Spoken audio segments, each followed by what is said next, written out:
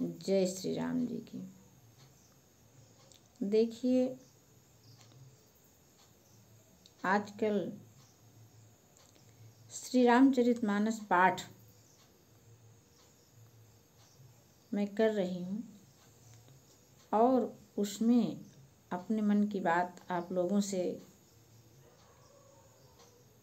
ज़्यादा अच्छे से कह पाती हूँ श्री रामचरितमानस के माध्यम से। वैसे तो ये बहुत ही विशाल है, लेकिन कहीं कहीं का प्रसंग मुझे बहुत अच्छा और उपयोगी लगता है। उपयोगी तो पूरा ही है, लेकिन फिर भी जहाँ कहीं मुझे समझ में आता है मैं उसी का वर्णन करती हूँ। तो आइए हम लोग देखते हैं आज यहाँ का प्रसंग। भरत जी सारी अयोध्या के साथ भगवान राम को मनाने वन में पहुँच चुके हैं। अब रात बीत चुकी, पहुँचे, अपना सबसे बातचीत हुई, सब मिले जुले, इसका वर्णन पहले किया जा चुका है। अब दूसरे दिन सवेरा होने पर देखिए क्या हो रहा है कि भोर भये रघुनंदन जो मुनि आयुष दीन, श्रद्धा भगत समेत प्रभु सो सब सादर कीन।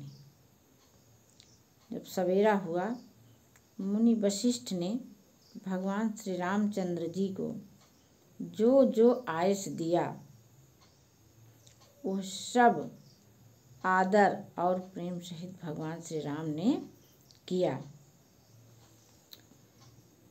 कर पितु क्रिया वेद जस बरनी, अभे पुनीत पातक तमहरनी। वेदों में जैसा कहा गया है उसी के अनुसार वशिष्ठ वेदों के ज्ञाता हैं और वे जैसा बता रहे हैं उसी के अनुसार भगवान श्री रामचंद्र जी क्रिया कर रहे हैं। और फिर आगे देखिए, कर पितु क्रिया वेद जस बरनी, भे पुनीत पातक तमहरनी। वेदों में जैसा कहा गया है उसी के अनुसार पिता की क्रिया करके पाप रूपी अंधकार के नष्ट करने वाले सूर्य रूप श्री रामचंद्र जी अब पूरी तरह से शुद्ध हो चुके हैं। अब ओए राम के बारे में ये चर्चा की जा रही है। देखिए कि जिनका नाम पाप रूपी रुई को तुरंत जला देने के लिए अग्नि के समान है, भगवान श्री राम का नाम इतना प्रभावशाली। यहाँ पर आप लोग बहुत ध्यान से सुनिएगा।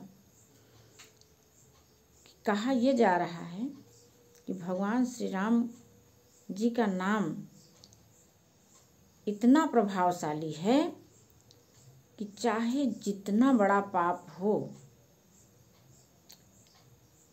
वह उसको भगवान श्री रामचंद्र जी रुई के समान जला देते हैं। या भगवान राम का नाम लेने से स्वतः ही सारे पाप हमारे जैसे रुई में अग्नि लग जाए और वो कुछ ही सेकंड में बहुत बड़ा ढेर उसका जल के नष्ट हो जाए, ठीक उसी प्रकार श्री राम जी का नाम लेने से हमारे सारे पाप नष्ट हो जाते हैं। अब यहाँ पर देखिए कि बस ऐसे ही नहीं कि आपने ले लिया राम राम, हर चीज की अपनी एक प्रक्रिया होती है। पाप तो नष्ट हो जाएगा, बहुत बड़े पाप नष्ट हो जाएंगे भगवान राम का नाम लेने से, लेकिन उसके लिए फिर वही बात आती है कि हमारा अंतःकरण शुद्ध होना चाहिए। हम शुद्ध अंतःकरण से प्रायश्चित करते हुए राम का नाम लें। और फिर आजन्म या यहाँ तक प्रण करना चाहिए कि हम जन्म जन्मांतर तक, जब तक हमको एहसास रहेगा, हम तब तक जो है किसी भी प्रकार का अब पाप नहीं करेंगे। और उसके बाद हम हमेशा सत्कर्म का प्रण करते हैं। ऐसा प्रण करके यदि भगवान श्री राम का नाम लिया जाता है तो हमारे पुराने किए हुए सारे पाप, रुई में लगी हुई अग्नि जैसे जल जाती है, अग्नि लगने पर रुई का ढेर जल जाता है, वैसे ही हमारे सारे पाप भगवान राम का नाम लेने पर नष्ट हो जाएंगे। शुद्ध सो भयउ साधु सम्मत यस। भगवान श्री रामचंद्र जी कैसे शुद्ध हुए? शुद्ध सो भयउ साधु सम्मत अस, तीर्थ आवाहन सुरसर जस। थोड़ा सा ये चौपाई जटिल है, अब आप लोग इस पर ध्यान दीजिएगा तभी ये समझ में आएगी। समझना चाहें तो, और नहीं तो फिर बहुत आवश्यक भी नहीं है। जितना सरलता से हमारी समझ में आ सके, जिसका हम उपयोग कर सकें अपने जीवन में, उतना ही हमको समझना है। जरूरी नहीं है कि हम ज्ञानी कहलाएं। हमें तो बस इस रामचरितमानस रूपी हीरों के खान से अपने काम भर के हीरे लेकर के हमें प्रयोग कर लेना है बस। और तो यह तो अतुलित हीरों की खान है ही। आइए इस चौपाई का अर्थ हम लोग थोड़ा जान तो लें ही ना, कि जो है शुद्ध सो भयउ साधु सम्मत तीर्थ आवाहन सुरसर जस। शुद्ध भये द्विवासर बीते, अब बोले गुरु सन राम प्रीते। वह नित्य शुद्ध बुद्ध, वे भगवान श्री राम शुद्ध हुए। साधु लोग ऐसा कहते हैं, ऐसी साधुओं की सम्मति है, और कि उनका शुद्ध होना वैसे ही है। भगवान श्री रामचंद्र जी का शुद्ध होना, उनके शुद्धिकरण की बात की उपमा दी जा रही है। ध्यान से सुनिएगा कि जैसा तीर्थों के आवाहन से गंगा जी शुद्ध होती हैं, तीर्थों के आवाहन से गंगा जी शुद्ध होती हैं, और वैसे तो गंगा जी तो स्वभाव से शुद्ध है ही हैं। और उनमें जिन तीर्थों का आवाहन किया जाता है, जो तीर्थ आते हैं, उल्टे वही ही गंगा के संपर्क में आकर के शुद्ध हो जाते हैं। इसी प्रकार भगवान श्री रामचंद्र जी तो नित्य शुद्ध ही हैं। उनके संसर्ग से कर्म ही शुद्ध हो गए, और जब शुद्ध हुए 2 दिन बीत गए, तब श्री रामचंद्र जी प्रीति के साथ गुरु जी से बोले, प्रेम के साथ। अरे देखिएगा कैसे भगवान श्री रामचंद्र जी गुरु से बात करने जा रहे हैं। यानी अपने से बड़ों से जब बात करनी हो हमें, तो ये वाला सिद्धांत, ये वाला गुण भगवान का रामचंद्र जी का लेकर के देखिए। और एक बार देखिए तो अपने से बड़ों का सम्मान करने में हमारा सम्मान स्वयं हो जाता है। हम उनका सम्मान कर रहे हैं, जरूर उनका सम्मान हो रहा है कि नहीं ये वो जाने, लेकिन वास्तविकता ये है कि अपने से बड़ों का सम्मान करने में अपना सम्मान स्वयं हो जाता है। कुछ नहीं करना है। अपने सम्मान को प्राप्त करने के लिए हमें बड़ों का सम्मान करना है। देखिए, नाथ लोग सब निपट दुखारी, ये बात भगवान श्री रामचंद्र जी वशिष्ठ मुनि से कह रहे हैं कि नाथ लोग सब निपट दुखारी, कंद मूल फल अम्ब आहारी, और सानुज भरत सचिव सब माता, देख मोहि पल जिम जुग जाता। मुनि जी से प्रार्थना पूर्वक कह रहे हैं कि यहाँ पर सभी लोग दुख पा रहे हैं। क्यों दुख पा रहे हैं? कि कंद मूल फल और जल ही तो यहाँ का आहार है, और इसको खा कर के लोग कितने दिन यहाँ रहेंगे। सानुज भरत सचिव सब माता, सभी मेरे भाई सचिव सब माता, और देख मोहि पल जिम जुग जाता। मैं इन सब को देख देख करके मेरा एक एक पल युग के समान बीत रहा है। फिर ध्यान दी, बहुत बहुत ही अच्छे गुण वाला प्रसंग चल रहा है, ध्यान दीजिएगा आप सभी लोग। सब समेत पुरधारी पाऊं, आप यहाँ अमरावती राऊ। बहुत कहूँ सब कियों ढिठाई, उचित होई तस करिए गोसाई।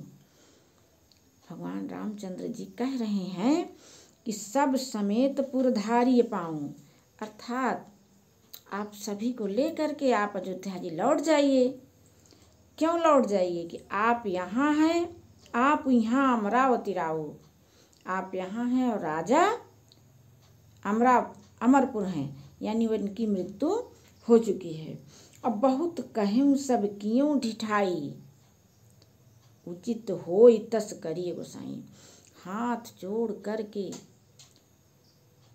वशिष्ठ जी के सामने भगवान रामचंद्र जी खड़े होकर के कह रहे हैं, अपनी बात तो कह दिया, सत्य बात भी कहा उन्होंने, कह तो दिया, लेकिन कह रहे हैं कि मैंने बहुत ढिठाई की, हे गुरुदेव मैंने बहुत ढिठाई की, और जो उचित हो आप वैसा कर लीजिए।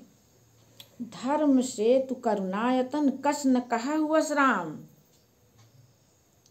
अलोग दुखित दिन दुई दर्श देख लहा विश्राम। अब वशिष्ठ जी कह रहे हैं कि हे राम, तुम धर्म के सेतु हो, यानी धर्म के पुल हो, और दया के धाम हो, दया का घर। तुम भला ऐसा क्यों न कहो, लोग दुखी हैं, 2 दिन तुम्हारा दर्शन कर शांति लाभ भी प्राप्त कर चुके हैं, तब आपका कहना बिल्कुल उचित है। राम बचन सुनि सभय समाजू, जनु जल निधि महु बिकल जहाजू। अस्सु निमुगुर गिरा सुमंगल मूला, भयो मनहु मारुत अनुकूला। श्री राम जी के वचन सुनकर सारा समाज भयभीत हो गया। क्यों? देखिए तो, मानो बीच समुद्र में जहाज डगमगा गया हो। परंतु जब उन्होंने गुरु वशिष्ठ जी के श्रेष्ठ कल्याण मूलक वाणी सुनी तो उस जहाज के लिए मानो हवा अनुकूल हो गई हो।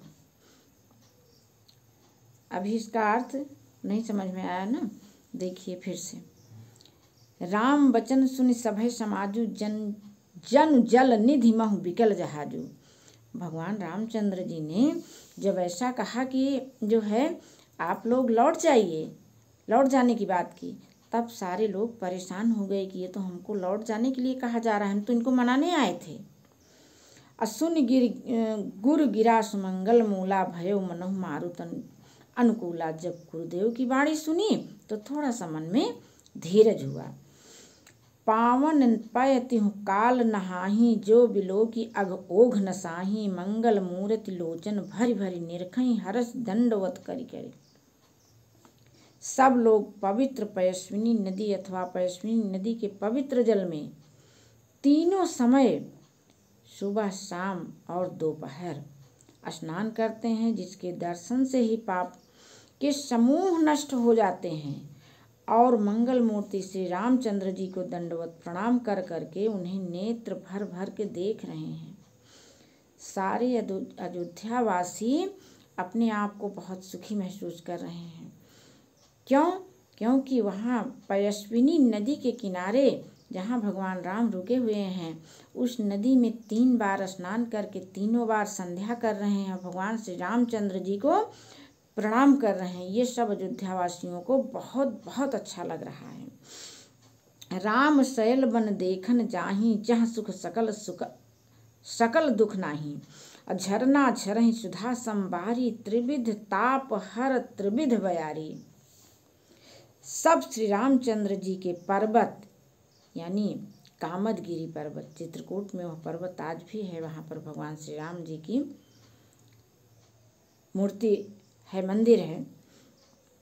तो कामदगिरी और वन को देखने जाते हैं जहाँ सभी सुख है और सभी दुखों का अभाव है।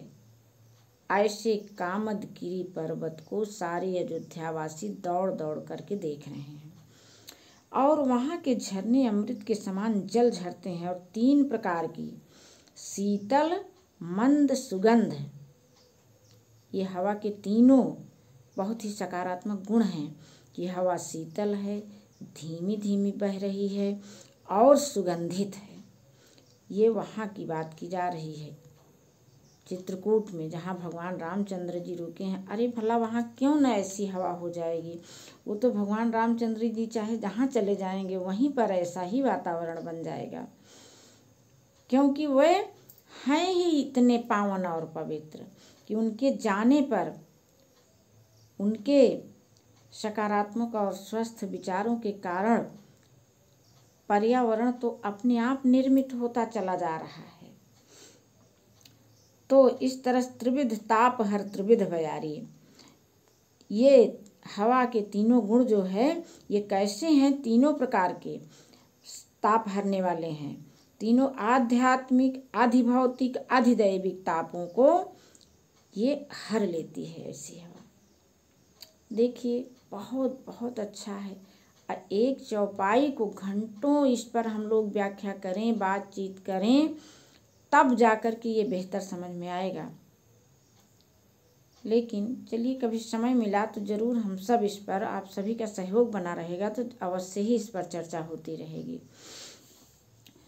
बिटप बेल तृण अगणित जाति, फल प्रसून पल्लव बहुभांति, सुंदर शिला सुखतर छाही, जाय बरन बन छवि कहीं पाही। असंख्य जाति की वृक्ष लताएं और तृण वहाँ पर हैं जहाँ भगवान रामचंद्र जी रह रहे हैं, तथा बहुत तरह के फल फूल और पत्ते भी हैं। सुंदर शिलाएं हैं यानी पत्थर की बड़ी बड़ी चट्टानें जहाँ पर आराम से बैठ करके वन का आनंद लिया जा सकता है। वृक्षों की छाया सुख देने वाली है। वन की शोभा किससे वर्णन की जा सकती है। वहाँ वन में इतना मनोरम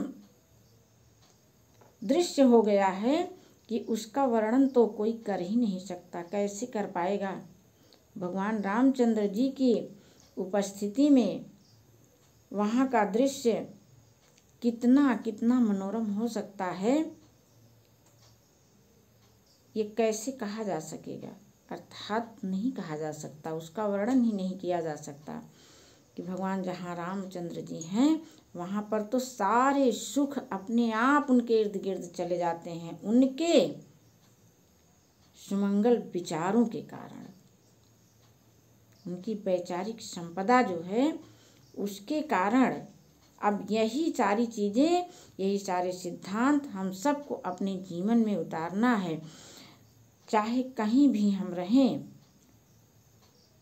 जब इन गुणों से ओत प्रोत हम भी रहेंगे तो हमारे अंदर भी जहाँ हम लोग रहेंगे ऐसे ही सुखों की अनुभूति कर पाएंगे। सरन सरोरुह जल बिहग, कूजत गुंजत भृंग, वैर बिगत बिहरत विपिन, मृग विहंग बहुरंग। तालाबों में कमल खिल रहे हैं, जल के पक्षी कूज रहे हैं, भंवरे गुंजार कर रहे हैं। बहुत रंगों के पक्षी और पशु वन में वैर रहित होकर के विहार कर रहे हैं।